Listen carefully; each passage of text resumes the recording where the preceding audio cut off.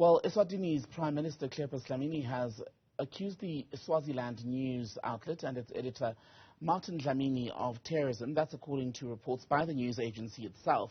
Now, it's not the first time that the publication is clashing with the government in recent history. Let's talk more about this with Swaziland News Managing Editor Zweli Martin Dlamini. A very good afternoon to you, sir. Welcome to the program. So what exactly, because you tweeted last night that you had been declared terrorists by the Prime Minister, what does that mean? Are there any real-life consequences for that? Thank you for having me on Newzroom Afrika. It's not the first time the government of Eswatini and the King tried to fight the Swaziland news. They've been trying this for years since its establishment. And the way we're clashing with the government is because this publication is pro-democratic. We've been publishing critical articles against the King and the government. As you know, in Eswatini, that the media is highly censored. Fortunately, the Swaziland news is registered in South Africa, so they've been trying all possible means to try and shut it down, but they were not successful. So now the latest developments suggest that they are trying to declare it as a terrorist entity, including myself as the editor. But I cannot say there's some implication. It's just that they're trying to play propaganda in the eyes of the international community so that they may view the stories that we publish as in support of terrorism in Swaziland. So what would that mean for your operations? Do you think that you'll still be able to operate in the way that you've done in Eswatini so far? Yes, for now I'm in South Africa, so the operations will continue. We'll continue holding the government of Swaziland accountable. It's just that some of our journalists are in Swaziland, so we'll try by all possible means to make sure that they are safe, and we'll continue operating the way we've been doing. We'll publish critical articles, because this publication is the voice of the voiceless. As you know, in Swaziland, that the people has been suppressed since 1973. They've been crying for democracy. So the emergence of this publication gave the people of Swaziland the voice. And now we are seeing some changes in as far as democratic reforms are concerned. So the calls for democracy now are intensifying because there is a voice that is escalating the calls for democratic reforms in Swaziland. You talk about an exercise for democratic reforms. You recently wrote an article a few days ago, in fact, an opinion piece, I think it was, and the title was, "When a Prime Minister of a Terrorist Regime Brands Freedom Fighters Terrorists." Do you think that is what ultimately led now to these efforts to have you and Swaziland News declared terrorists? I don't think it's that article specifically, because the government of Swaziland has been trying so many years. But the way that article was written, you may find that they were very upset, because before they would just hold press conferences and disseminate propaganda to the public, and no different view and no independent voice will challenge them and analyze their statements and be critical to what they've been saying. So that article, as you have just mentioned, I was analyzing that this is a government that has killed over 100 people. This is a government that is suppressing the people of Swaziland, and they are quick to then label those calling for democratic reforms as terrorists, when they are failing to account for over 100 lives that were lost during last year's June 2021 political unrest. Let's talk about the lives lost during that period of these pro-democracy protests. There were promises of an investigation to establish what exactly happened. Many of the people killed, we read at the time, were teenagers, possibly even children.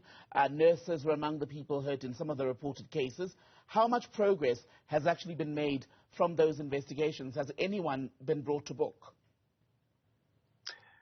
Actually, there are no investigations in that regard, because the people are known. These are soldiers, and the police were unleashed by the head of state. So, as you might be aware, in Swaziland, King Mswati is immune to prosecution. His security officers were acting on his orders. What happened thereafter, when the government was about to attend the United Nations Human Rights Conference, They then tried to do an investigation. That investigation was done by the Human Rights Commission. And that Human Rights Commission that is fully controlled by the king himself, they produced a report suggesting that over, I think, 46 people were killed. But that report is not specific. It's not specific in the sense that it just points that those people claim they were shot by soldiers, they were shot by the police. But it doesn't state what will happen to the perpetrators. So you can see that even though they try to do some investigation, but there's still that reluctance. There's no political will to account for the lives of these Swazis that were lost during the June 2021 political unrest. Mm-hmm. And the pro-democracy movement itself, where does it stand now? Are there still pockets of protests? I mean, I know that the cameras of the world and even in South Africa have turned away, but is there still protest that's ongoing in Eswatini?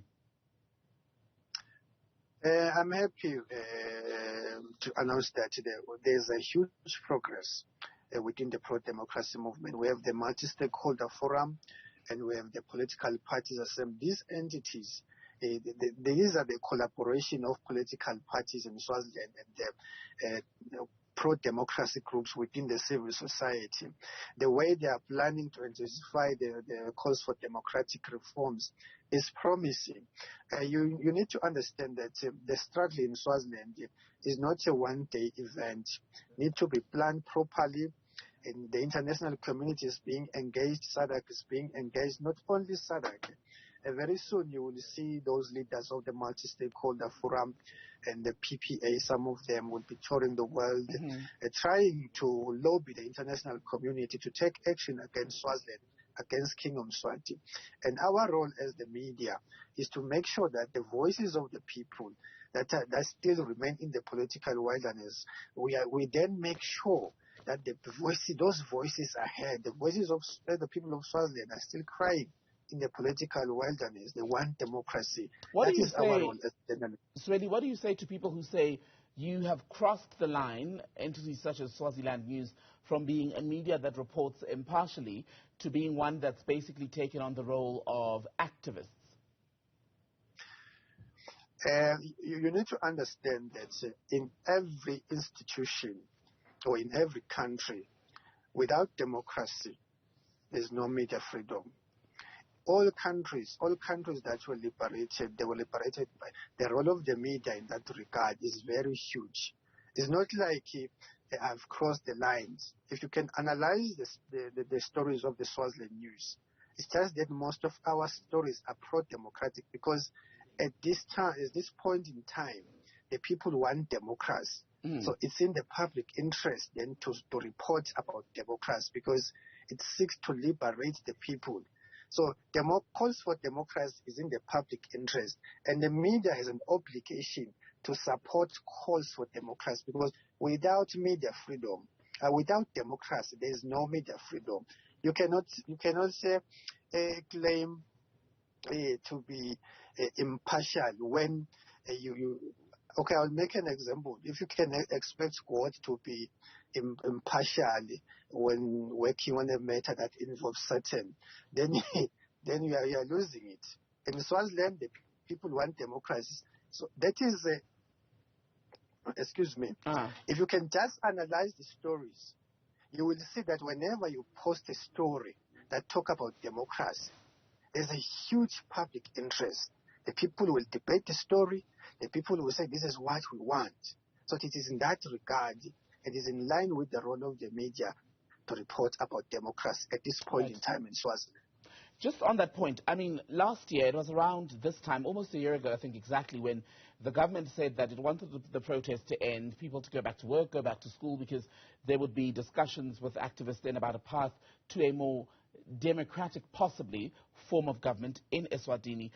The platform, I think, was called Isibaya, where this would all be fleshed out. The pro-democracy activists said, well, that wasn't an even playing field because basically it would still give King Mswati the upper hand along with the government.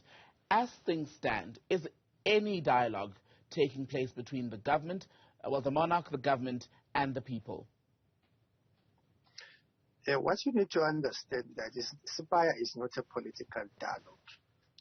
Don't even consider it as a dialogue.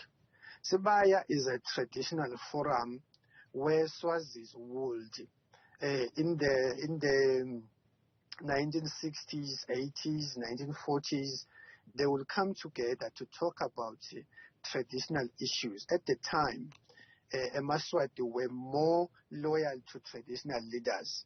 And now you cannot say you will call Sibaya to talk about political issues. And if you want to engage people in a dialogue, you must hear their side of the story. And they must make contribution, what type of a dialogue they want. So this is Sibaya. If you can read the document or the report that was released by SADC recently, it doesn't talk about Sibaya. It talks about a meaningful and inclusive political dialogue. And we expect at least a person like Thabo Mbeki, an internationally recognized mediator, who will then work in line with the recommendation of SADC. The recommendation of SADC, they don't talk about Sibaya. They talk about an inclusive and meaningful dialogue. And the venue in that regard is very important because it must give the people who are aggrieved, the people who want freedom, they must feel free to express themselves in a forum or in a venue that is conducive for them to state and express themselves in this regard. Zweli Dlamini, managing news editor at Swaziland News. Good to have your time, sir. Thank you.